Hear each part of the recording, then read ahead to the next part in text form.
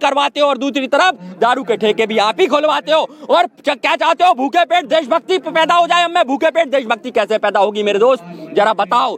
तन की हवस मन को गुनाहगार बना देती है, बाग के बाग को बीमार बना देती है। अरे भूखे पेटों को देशभक्ति सिखाने वालों, भूख इंसान को गद्दार बना देती है, गद्दार बना देती है। आपसे प्रेरित हो गए तो मैंने भी यहाँ के 4 लाइन लिख दिया आपके लिए। आओ कुछ नई बात करते हैं, आओ कुछ नई बात करते हैं, जुमले की बातें फिर कभी करते हैं। तुम जाओ डोनाल्ड ट्रंप के पास, हम किसान आंदोलन चलते हैं, हम किसान आंदोलन चलते हैं। और तुमने मुझसे मांगा था अखंड भारत, और तुमने मुझसे मांगा था अखंड भारत। अगर है हिम्मत आना गाजीपुर बॉर्डर, तुम्हें अखंड भारत दिखलाते हैं, तुम्हें अखंड भारत दिखलाते।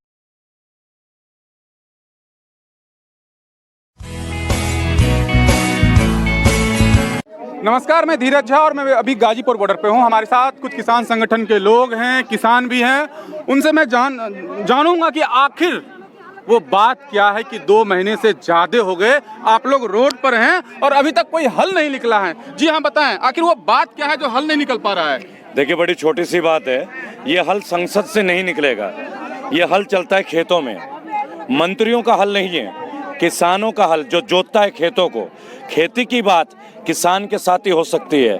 किसान ने कई बार बोल दिया बिल नहीं चाहिए, बिल नहीं चाहिए।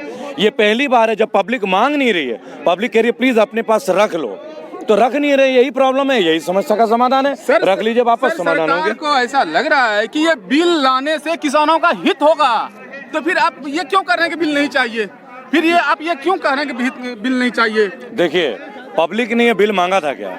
किसानों ने कहा था क्या कि मोदी जी हमें कोरोना काल में किसान बिल दे दीजिए?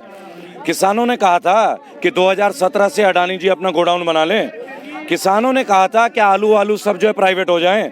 नहीं कहा था ना। तो जब किसान अभी तैयार नहीं है, अभी तो कोरोना काल में बहुत सारी विभीषिका है, लोग इतने त्रस्त हैं महामारी से, हम इस महामारी से निकल लेते। जब किसानों को भी टीका लग जाता है, एक एक किसान को, प्रधानमंत्री के साथ बैठ के बात कर लेते। देश में 1 करोड़ वैक्सीन तो बन नहीं पाई, और आप चले किसान बिल 135 करोड़ भारतीयों को देने के लिए। सोच समझ के सही समय पे सही काम कीजिए, हम अपना लेंगे आपको। तो आप ये बताएं कि आखिर इस कृषि बिल में काले हैं क्या? बार बार सरकार इस प्रश्न को उठा रही है। काले हैं। ये सारे काले ही काले हैं जी। बताओ ना काले क्या हैं? हम बताते। चलिए, अच्छा आपने पूछ लिया कि काला क्या है, और उससे पहले मैं आपको एक चीज को संबंध करूंगा, इंटर कनेक्शन। हाँ, बताएं। आप एक युवा संवाददाता हैं। अभी आप रिकॉर्डिंग कर रहे हैं, लाइव कर रहे हैं? रिकॉर्डिंग कर रहे हैं, क्योंकि लाइव की व्यवस्था नहीं है। लाइव क्यों नहीं है? क्योंकि आज इंटरनेट सरकारी नहीं है, आज BSNL नहीं है, BSNL हाशिए में है। तो जब इंटरनेट नहीं है तो हम लाइव नहीं है। कल को अगर हमारी फसल को अडानी जी ने ले लिया, और कल को आपकी पत्नी ने, धीरज जी आप शादीशुदा हैं, पहले ये बताइए, अगर भाभी जी ने ये कह दिया कि आज गोभी मटर खाएंगे, और अडानी जी के मन में आ गया कि मैं 1 हफ्ते तक गोभी और मटर नहीं बेचूंगा, तो भाभी जी कहां से बनाएंगे गोभी मटर? नहीं बना पाएंगे ना, क्योंकि सब्जी तो गोडाउन में रहेगा। तो जिस तरह इंटरनेट प्राइवेट होने से लाइव नहीं हो सकते, फसल अगर प्राइवेट हो गई, हम जीवित नहीं रह सकते। ये काला है। काला 1 सेकंड में बता देता हूँ। बताएं। पहली बात देखिए, इसमें काला ये है कि किसानों को कोर्ट जाने की परमिशन नहीं है। सुनिए, पहले पूरा सुन लीजिए, बात पूरी सुनिए पहले। दूसरी बात, किसानों का मालिकाना हक खत्म होगा, किसान अपनी जमीन नहीं बेच पाएगा। अब मेन मुद्दे पे आते हैं कि ये संविधान में इसमें काला क्या है? ये गैर संवैधानिक तरीके से बिल लाया गया है, क्योंकि ये बिल राज्य देखिए, ये बिल राज्यों में आना था, विधानसभा में आना था, जो कि लोकसभा में आया है। ये बिल का पहले बात प्रावधानी और प्रोसेसिंग गलत है, और सबसे बड़ी बात 1955 में बना था कानून जमाखोरी और काला बाजारी के खिलाफ, उस कानून को खुली छूट दे दी हो, काला बाजारी को खुली छूट दे दी हो, तो इससे ज्यादा काला क्या करोगे आप? भाई साहब ने एक बड़ा अच्छा एक्सप्लेन किया। आप टेक्निकल चीज में पहले आइए एक बार, एक और टेक्निकल चीज में, food corporation of India FCI, आप लोगों ने सुना होगा। बताएं। हमारे जितने अनाज हैं वो FCI के गोदाउन में रहते हैं, बराबर। ये आलू, प्याज, धान, गेहूं जितने भी हैं जो किसानों से लिए जाते हैं, एक आधा गोडाउन नहीं है, हजारों के तादाद पे गोडाउन है। और पहली बार कोई प्राइवेटाइजेशन नहीं हो रहा है, ये भी आप समझिएगा। आप जो लाल किले का ब्रांडेड चावल खाते हैं, वो भी तो प्राइवेट कंपनी बनाती है। आप जो तेल लेते हैं, वो भी प्राइवेट अडानी जी का या और भी कंपनीज का, ITC का। तो मेरी एक बात समझिएगा, जब ऑलरेडी प्राइवेटाइज सालों से है, लेकिन इसमें सरकार की एक हिस्सेदारी भी तय थी कि हम इतनी फसलें खरीदेंगे अपने देश के नागरिकों के लिए, बिलो पॉवर्टी लाइन के लोगों के लिए। तो ये तो सुनिए बात पूरी ये तो प्रधानमंत्री ने राज्यसभा से खुलासा कर दिया। अर्नब जी, अर्नब जी, अर्नब जी, नहीं अर्नब जी की बात मत लीजिए, बोलने दीजिए। नहीं आप जो मेरा नाम बोलने दीजिए। नहीं, मैंने आपको इसलिए बोला कि मुझे लगा आप प्रेरित हो गए, क्योंकि आप मैं प्रेरित नहीं हूँ, मैं किसी से प्रेरित नहीं हूँ सर। मुझे बोलने का नहीं, आप माइक मत आप लीजिए, बोलने का हक मत लीजिए। आप बोलने नहीं, नहीं, सवाल आपका तो जवाब सुनिएगा। सवाल छोटा उत्तर बड़ा होता है, आप पूछिए। मेरे सवाल का जवाब पूरा होने दीजिए। पहली बात, एफसीआई के गोडाउन से और लाखों टन नहीं करोड़ों टन हम इसमें अनाज गोडाउन में स्टोर कर सकते हैं। मैं एक आरटीआई एक्टिविस्ट हूँ। आज तक सरकार ने ये नहीं बोला कि सरकारी गोडाउन में जगह कम है। पहली बात, इतनी जगह है कि 5 साल का एडवांस फसल भी हम वहां रख सकते हैं। तो जब हम 5 साल का एडवांस स्टॉक वहां रख सकते हैं, तो हम 2017 से 100 कंपनी अडानी जी की देख रहे हैं एग्रो इंडस्ट्री के नाम से, पानीपत में 100 एकड़ में और भी कई जगह। इसकी आवश्यकता भारतीय सरकार को नहीं थी और भारतीय सरकार ने कहा भी नहीं। तो जब सरकार खुद ये स्वीकार करती है हम पे गोडाउन है, हम पे जगह है, तो फिर ये प्राइवेटाइज गोडाउन बनाने की आवश्यकता रह किसके लिए गई है? अगर आप पे स्थान कम होता, अगर रखने की व्यवस्था कम होती, अगर आपके पास, क्योंकि मैं आपको रिलेट कर रहा हूँ, क्योंकि अब धीरे धीरे एफसीआई को बंद किया जा रहा है, जैसे बीएसएनएल को बंद किया जा रहा है, एफसीआई के कर्मचारियों को हटाया जा रहा है, अब रेलवेज को हटाया जा रहा है, अडानी रेल आ रहा है, इसी तरह बीएसएनएल खत्म हो रहा है, ओएनजीसी खत्म हो रहा है, steel authority of India limited खत्म हो रही है, एलआईसी जो भारत की सबसे प्रॉफिटेबल कंपनी है उसमें भी एफडीआई किया जा रहा है। और अभी जो बाइडेन ने बोला कि ये बहुत अच्छा बिल है, उनका कथन इससे अटैच कर देता हूं। अब 100% एफडीआई एग्रीकल्चर में भी हो जाएगा। आप ईस्ट इंडिया कंपनी की बात करते थे, अब की बार ईस्ट इंडिया नहीं होगी, अब की बार अडानी एन अमेरिकन कंपनी हम पे राज करेंगे। ये काला है। डब्ल्यूटीओ से काफी बेनिफिट पहुंचता है। सर ये बताएं कि हमारे देश के इंटरनल मामलों में बाहर का कोई बंदा उसमें अफेयर करे, उसमें कुछ बोले, तो ये कहाँ तक सही है? देखिए, अक्षय कुमार के पास तो खुद कनाडियाई नागरिकता है, तो ये भी तो बाहरी तत्व हुआ। आप पहले बात सुन लीजिए, क्योंकि क्या है कि सवाल छोटा उत्तर बड़ा होना चाहिए। क्यों रिबेल जी, सही है या नहीं है? मैं इसका जवाब दूंगा। तो देखिए क्या है, पहली बात आपको ये समझना होगी, जब मोदी जी बाहर जाते थे तो सारे अंधभक्त चिल्लाते थे मोदी जी का डंका बज रहा है, और आज जब मोदी जी की लंका लग गई है तो क्या परेशानी हो रही है? भाई, जब घर में इज्जत होती है तब बाहर इज्जत होती है। आज घर में आज किसान परेशान है, बुजुर्ग परेशान है, छात्र परेशान है, हर वर्ग का व्यक्ति परेशान है, और आप कह रहे हैं क्या कहते कोई परेशानी नहीं है? इतने सारे आंदोलनों में जन्म लिया और आपने जात धर्म मजहब के नाम पे सारे आंदोलनों को बिखेर दिया। आप जड़ समझिए आंदोलन क्यों उठ रहे हैं, और हमें आंदोलन जीवी कह रहे हैं। अरे आंदोलन करने वाले तो सारे क्रांतिकारी थे, और सारे क्रांतिकारियों ने आंदोलन करे तभी देश आजाद हुआ। अगर देश की आजादी हुई है तो वो आंदोलन का कारण हुई, और हमें आंदोलन जीवी का प्रमाण पत्र दिया है, तो हम गर्व से कहेंगे हम क्रांतिकारी हैं, हम क्रांतिकारी हैं। और रही बात परजीवी की, तो मोदी जी को क्लियर करना होगा, परजीवी वो खुद है, भौतिकतावादी जीवी हैं, भाषण जीवी हैं, कॉर्पोरेट जीवी हैं, वो खुद कितने जीवी हैं उनको मैं डिफाइन कर दूंगा। जुमले जीवी, झूठ जीवी, वो तो फलाना कितना भी जीवी हो। और मैं पूछना चाहूंगा मोदी जी से, वो फोन कितने का आएगा जो आप हमें लगाओगे जिससे, क्योंकि एक इनको ग्रहण देखने के लिए भी लाखों के चश्मे आते हैं। लाल बहादुर शास्त्री से अपनी तुलना करते हैं। अरे जिस लाल बहादुर शास्त्री ने 2 जोड़ी कपड़े में पूरा जीवन निकाल दिया हो, जिसने अपनी पत्नी को साथ रखा हो, सड़क से लेकर संसद तक वो व्यक्ति साइकिल से चलता हो, उससे तुलना करोगे? 10 लाख का सूट पहनोगे, फॉरेन गाड़ियों में घूमोगे, सारी चीजें विदेशी उपयोग करोगे, और मेक इन इंडिया और स्वदेशी इंडिया की बातें करोगे? नहीं चलेगा मोदी जी, दोहरी नीतियां, क्योंकि आपकी सरकार में बीफ एक्सपोर्ट में देश नंबर 1 हो गया है। आप ही एक तरफ गौरक्षा अभियान के नाम पर लोगों को पिटवाते हो और पैसे खर्च करवाते हो, और दूसरी तरफ गौ कत्ल खाने की परमिशन भी आप ही देते हो। और एक तरफ आप नशा मुक्ति केंद्र के नाम पे पैसे खर्च करवाते हो, और दूसरी तरफ दारू के ठेके भी आप ही खुलवाते हो। और क्या चाहते हो? भूखे पेट देशभक्ति पैदा हो जाए। मैं भूखे पेट देशभक्ति कैसे पैदा होगी मेरे दोस्त, जरा बताओ। तन की हवस मन को गुनाहगार बना देती है, बाग के बाग को बीमार बना देती है। अरे भूखे पेटों को देशभक्ति सिखाने वालों, भूख इंसान को गद्दार बना देती है, गद्दार बना देती है। बहुत उम्दा लाइन। एक बात मैं बोलूंगा आपको, बड़ा सीधा से एक सवाल है। मोदी जी विदेश जाए, हमें कोई परेशानी नहीं, हमारे प्रधानमंत्री है, वो विदेश जाए राष्ट्र का गौरव के लिए, हमें कोई दिक्कत नहीं है। दिक्कत हमें एक चीज से है, विदेश जाने का काम विदेश मंत्री का होता है। पिछले 5 सालों में एक जॉइंट प्रेस कॉन्फ्रेंस नहीं, आप एक संवाददाता है, आप ये सवाल उठाइए, आप लोग उठाएंगे तो लोगों को पता चलेगा। जो प्रधानमंत्री मन की बातें करते हैं, हमने इनके 10 कमिटमेंट देखे और 10 में से एक भी कमिटमेंट नहीं देखा। पार्टीबाजी की बात नहीं है, राष्ट्रवादी की बात होनी चाहिए। आपने कहा नौकरी देंगे, गायब हैं, नौकरी के लिए सम खत्म है। आपने कहा जीडीपी बढ़ाएंगे, हम जीडीपी में खत्म है। आपने क्राइम रेट देखिए, जहां जहां भी बीजेपी का शासन है, और उत्तर प्रदेश क्राइम में नंबर 1 है, बिहार नंबर 2 है, दोनों ही राज्य में इनकी सरकार है। ताजा उदाहरण बंगाल का, मैं अभी 23 दिन बंगाल रह के आया हूँ ममता जी के साथ। सुनिएगा, इन्होंने बोला हम सोनार बांग्ला बनाएंगे, सोने का बांग्ला। अरे भाई साहब, 30 साल से आप गुजरात में हैं, सोना चांदी छोड़िए, प्लस्तर का ही बना देते। जुम्मा 3 महीने पहले ट्रम्प जी आए थे, आपने 16 फीट की दीवार बना दी गरीबी छुपाने के लिए। जो 30 साल में रह के तन को और मन को नहीं ढक पाए, वो बंगाल को सोने का बनाने का ख्वाब ना देखे। दूसरी बात, आज वो हमें बोलते हैं परजीवी, गृहजीवी, जो भी बात है, और ये जितने एक्टिविस्ट कूद के आ रहे हैं, और ये जितने खिलाड़ी और फिल्म स्टार, मैं किसी के ऊपर कोई टिप्पणी नहीं करूंगा, केवल एक बात कहूंगा, माननीय सचिन तेंदुलकर जी, आपको भारत रत्न दिया गया है। मैं गाजीपुर के उस धरती में खड़ा हूं जहां 220 से ज्यादा परिवार ने शहादत दिया है ना दोस्तों, दिया है ना भाई। आपको उनके लिए एक ट्वीट का मौका नहीं मिला, आपके आंखों में मोदी जी एक बूंद आंसू उन 220 परिवारों के लिए नहीं मिला, लेकिन रिहाना का एक ट्वीट आते ही आप मगरमच्छ की तरह कूद पड़े, जैसा मांस का एक टुकड़ा हो और पहला निवाला आपको चाहिए। सचिन जी, मैं आपसे ये बात पूछूंगा, प्यूमा के जूते नहीं पहनते क्या?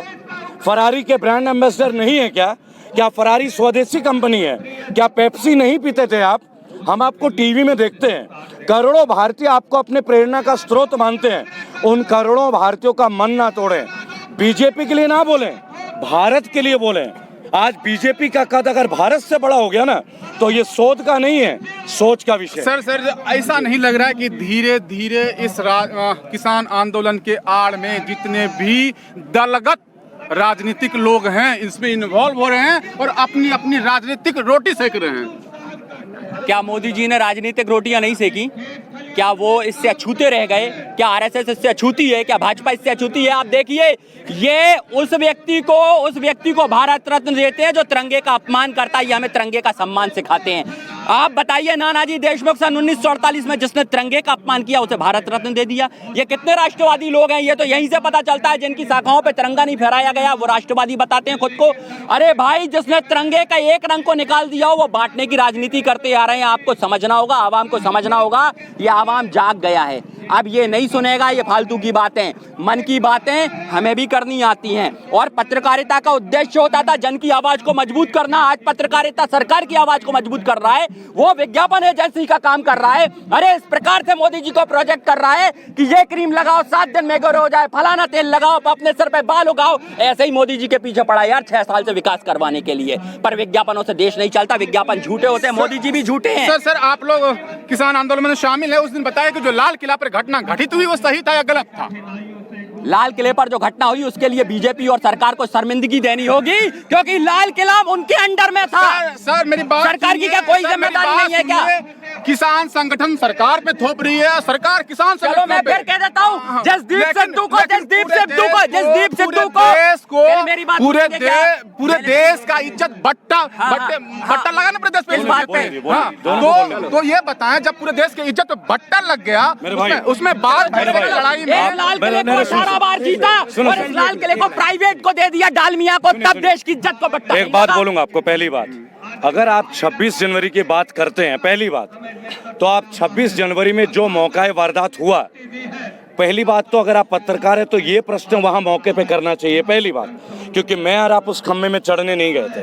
पहली बात, तिरंगे की शान बहुत बड़ी है, उसकी मान मर्यादा को कोई ठेस नहीं पहुंचा सकता, उसके लिए हम मरने के लिए भी तैयार है। पहला, अगर किसी ने किया है तो उसको कानून सजा दे, हम इसके खिलाफ नहीं है, हम कतई भी इसके खिलाफ नहीं है, और ना मैं ये कहूंगा कि हम उनको प्रोटेक्ट करेंगे। पहली बात, मेरी अपनी एक विचारधारा है जो गलत को गलत और सही को सही कहती है। पहली बात, जीत सिद्धू अगर गलत हैं, पुलिस ने उनको पकड़ लिया, आप ही लोगों के माध्यम से पता चला।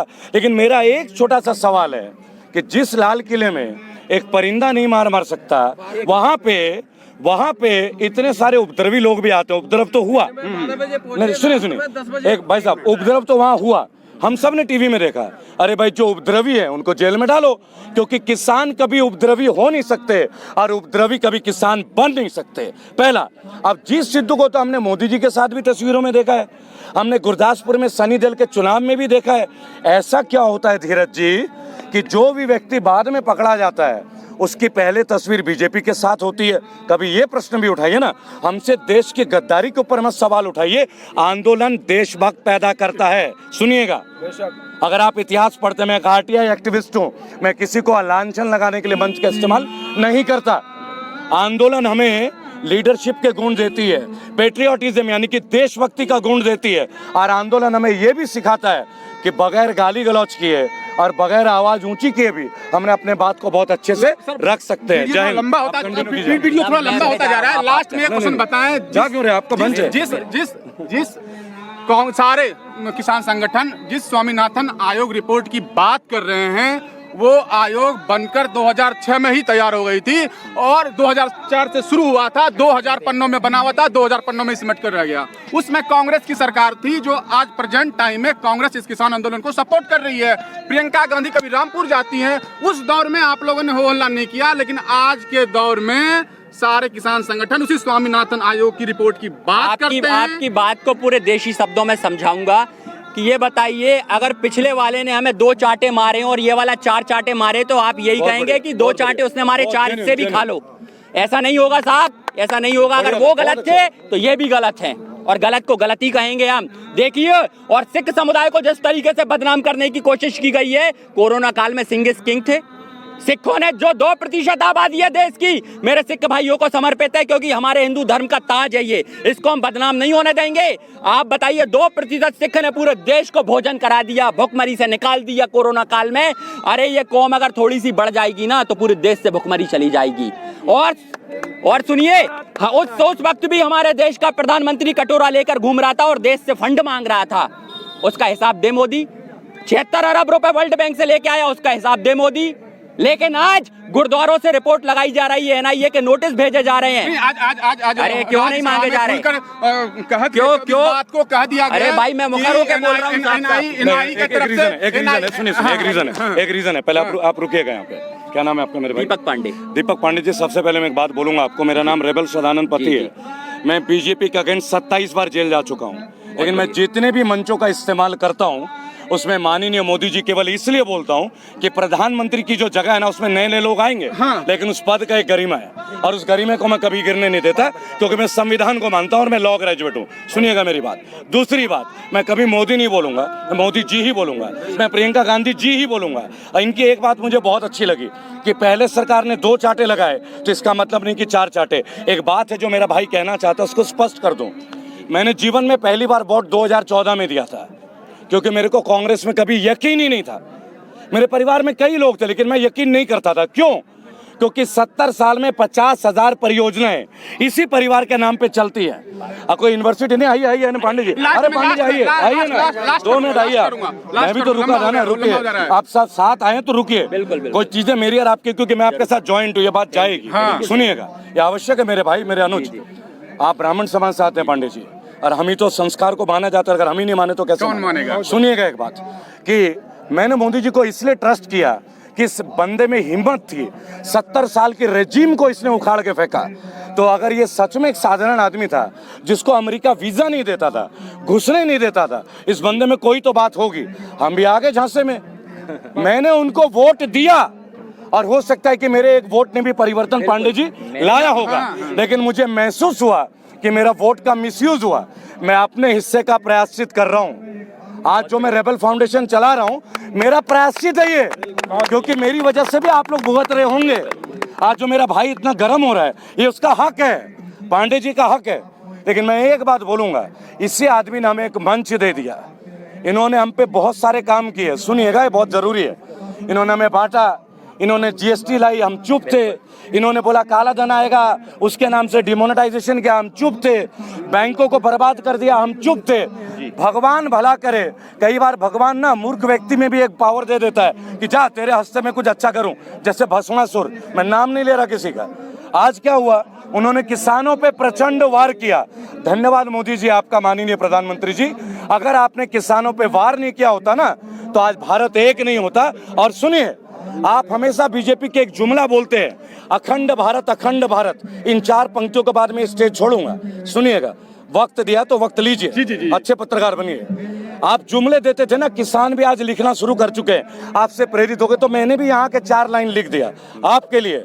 आओ कुछ नई बात करते हैं, आओ कुछ नई बात करते हैं, जुमले की बातें फिर कभी करते हैं। तुम जाओ डोनाल्ड ट्रंप के पास, हम किसान आंदोलन चलते हैं, हम किसान आंदोलन चलते हैं।